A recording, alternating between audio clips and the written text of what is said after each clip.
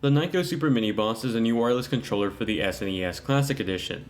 One of the biggest criticisms of the original NES Classic Edition was its controller length, and despite the SNES controller being slightly longer this time, Nyko aims to end any worry of the controller length with a wireless controller that works up to 20 feet away from the console.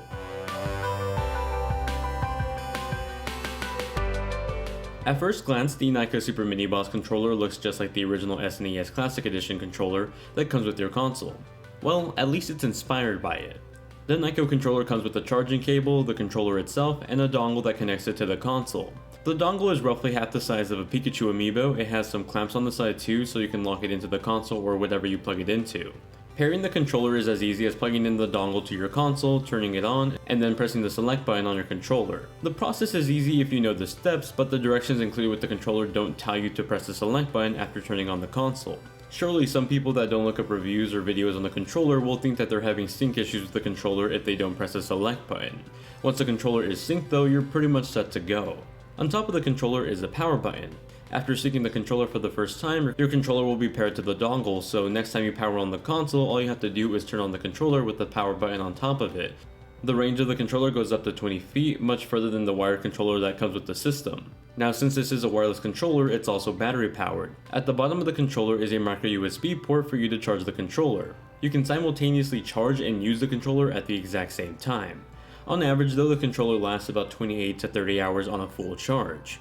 One handy new feature with this controller is its built-in turbo button that can be used to program turbo modes for pretty much every button except the D-pad. The reason I like the turbo button though isn't necessarily because of its turbo features, but because it can also act as a home button. If you hold down the turbo and select button from any game within the SNES Classic Edition, it'll actually send you back to the main menu, letting you switch games without getting up and hitting the reset button on the console itself. The Nyko Super Miniboss has a familiar form factor to that of the original controller while adding its own set of features not included in the original controller. Let's see how well or how badly these are executed though.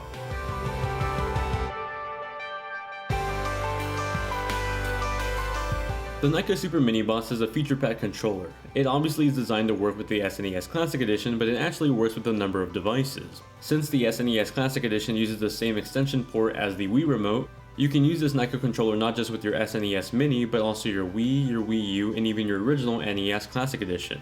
Once your controller is paired to the dongle, all you really have to do to use the controller on multiple devices is plug it into the device and then turn on the controller. It's pretty seamless. Nyko claims that the controller works for a range of 20 feet, and that pretty much checks out. I'm able to play my SNES Classic Edition with the controller, even though my console and I are on opposite sides of my apartment. The battery statement of lasting about 30 hours checks out for the most part. I didn't really have a timer on hand, but roughly between the use of my roommates and I using the controller with the console, it lasted about 28 to 30 hours. The addition of a turbo button is cool, though I personally won't use it as an actual turbo feature. Instead, it does come in handy for returning to the main menu of the system without having to go near the console to reset it. It only further adds to the wireless feature set that the controller is already going for, and I really dig it. I just wish there was a way to turn on the console from the controller, but that's more of a system thing than a controller thing.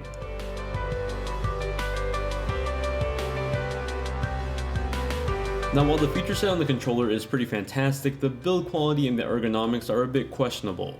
They're not so much terrible, but I wouldn't say they're completely up to par with the original controller. Both controllers are plastic in their designs, and while they have the same form factor, the plastic on the Nyko controller feels a little bit cheaper than the original controller, and it's missing that surface texture that the original controller has. The buttons is where this controller will lose a few fans. The shoulder buttons, for example, are clickier and a harder press than the original controller, which isn't actually bad. What is bad is that if you press the right shoulder button too far to the right or the left shoulder button too far to the left towards the edges, the buttons won't register. On the original controller, you can pretty much press the shoulder button from any angle and it'll work. I don't think it'll be too much of an issue for most gamers though, since I don't really know any players that hold their controllers in a way where they have to press the furthest corner of the shoulder button. Usually it's towards the center of the shoulder button, or at least the corner of the shoulder button that's towards the center of the controller. The D-pad on this controller is a bit bigger and flatter as compared to the original, and that means that the center curve on this controller is much less prominent than the original. The start and select buttons have also been shrunk, although that's because the turbo button has been added to the Nyko controller, so that's a bit more understanding.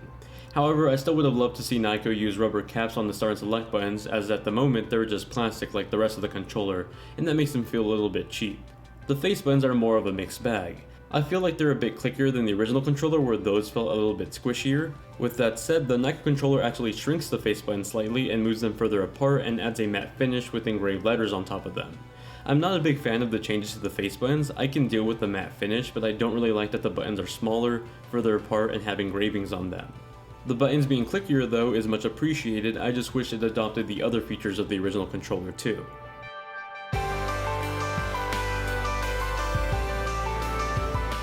The Nyko Super Miniboss is a feature-packed controller that makes playing your SNES Classic Edition and even your older NES Classic Edition a much more enjoyable experience. Not being limited by cable length while also providing a lagless input that's mostly similar to the original controller is fantastic. I specifically like being able to switch games on the fly straight from the controller without having to get up and reset the console. It's mostly similar to the original controller, though some changes are sure to put off some gamers, mostly the changes to the face buttons. You'll be pressing these most of the time, and if you're not a fan of them being slightly smaller, further apart, and no longer glossy, then that might be a big turnoff for you in this controller. Aside from those changes, the other button changes are more minimal and excusable. For the $20 price tag, I think it's a pretty useful accessory for your SNES Classic Edition that's sure to get some extra use if you use a NES Classic Edition or a Wii and a Wii U in your house. It's currently cheaper than the $35 8-bit DOE controller that has a similar feature set, though it's missing the turbo button, but in return has a design that's more similar to the original controller. If you'd like to check out this controller for yourself, I'll have it linked in the description down below.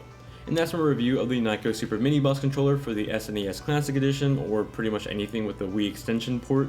Let me know if you have any questions that I may have missed in this review in the comment section down below, and as always, if there's any games or I guess accessories that you want me to review in the future, please let me know ahead of time and I'll do my best to cover said topic. As always, thank you all very much for watching, hope you guys have a great day, and keep on gaming.